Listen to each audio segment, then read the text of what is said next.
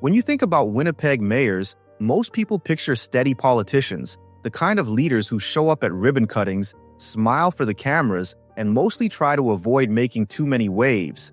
But in the middle of the 20th century, Winnipeg had a mayor who was the exact opposite. He was bold, brash, unpredictable, and never afraid to stir things up.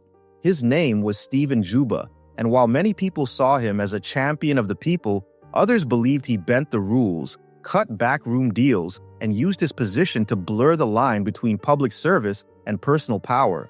Some called it charisma, others called it corruption. And what makes his story fascinating is the fact that, despite decades of controversy, Juba managed to stay in office longer than any other mayor in Winnipeg history. This is the story of how he did it, and how he got away with it.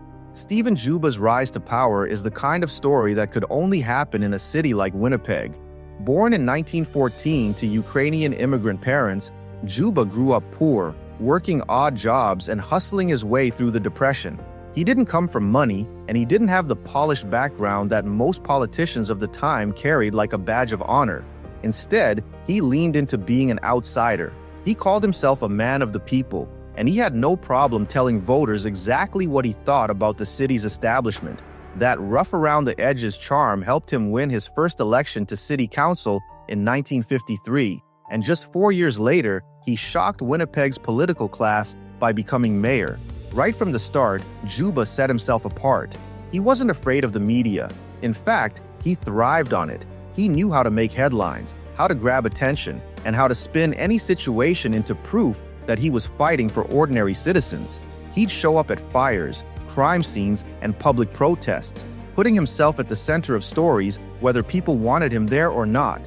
Supporters loved it. They said he was the first mayor who actually cared about what everyday Winnipeggers thought. But critics saw it differently. They said Juba was all about showmanship, more concerned with publicity than real leadership. The corruption accusations began almost immediately. Winnipeg in the 1950s and 60s was a city undergoing major changes. Urban renewal projects, road expansions, big construction contracts, and massive rezoning decisions. And wherever there's money and development, there's opportunity for favoritism. Juba was accused of making cozy deals with developers and businessmen who supported him politically. Some even claimed he used city resources to reward his friends and punish his enemies. For example, when new projects were proposed, people whispered that the companies who got the contracts just happened to have ties to Juba or his allies. Nothing was ever proven in court, but the rumors swirled constantly. At the same time, Juba was notorious for bending the rules of City Hall. He'd cut deals in private, push through decisions without proper debate, and use his personal charisma to override procedure.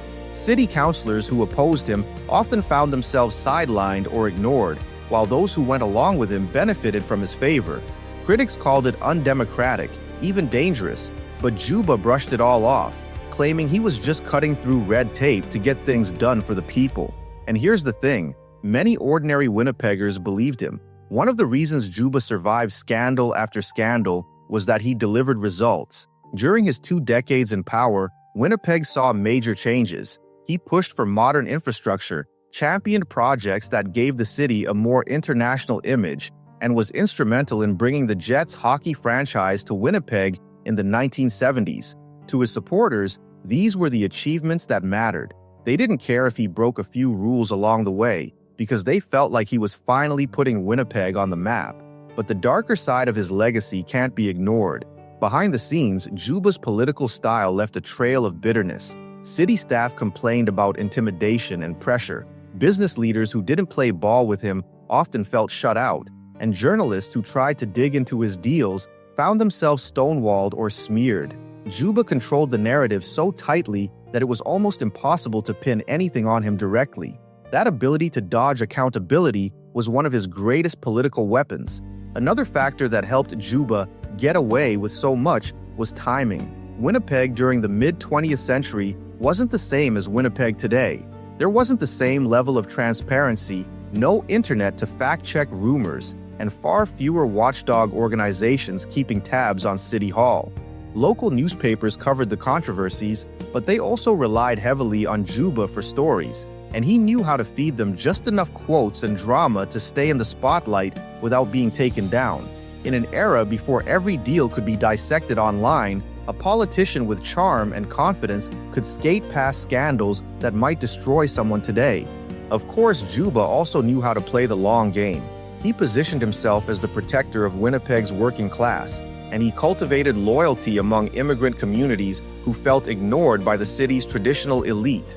To them, he wasn't a corrupt politician. He was one of them, someone who understood their struggles and wasn't afraid to stand up to the establishment. Even when accusations flew, his base stuck with him, believing that the attacks were just part of an ongoing effort to silence their voice. By the time Juba finally stepped down in 1977, he had been mayor for 20 years, longer than anyone before or since. He left behind a complicated legacy, part visionary, part showman, part alleged dealmaker. For some, he was the man who modernized Winnipeg. For others, he was the ultimate symbol of political corruption that never quite got punished. What's clear is that Juba was a master at survival. He built a brand so strong and a connection to the people so deep that no scandal ever stuck hard enough to bring him down. Looking back today, it's easy to see how Stephen Juba got away with it all. He thrived on controversy, spun it into fuel, and kept the public focused on his wins instead of his flaws. He blurred the line between leadership and corruption in a way that still sparks debate decades later. Was he a corrupt mayor who used his office for personal gain?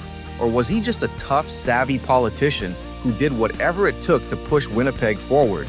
The truth probably lies somewhere in the middle, messy, complicated, and impossible to separate from the city's history. What makes his story so fascinating is that it forces us to think about how we judge leaders. Do results excuse questionable methods? Is charisma enough to outweigh allegations of corruption? And how much power should one person really have in shaping a city? For Winnipeg, these questions are more than just history. They're reminders of how leadership, politics, and scandal are always tied together, and how sometimes the biggest stories are the ones where the truth is hard to untangle. So when we talk about how a Winnipeg mayor got away with corruption, we're really talking about Stephen Juba, a man who defied expectations, broke rules, and left a legacy that still stirs arguments today. He didn't just survive controversy, he thrived on it. And in the end, that's how he managed to get away with it.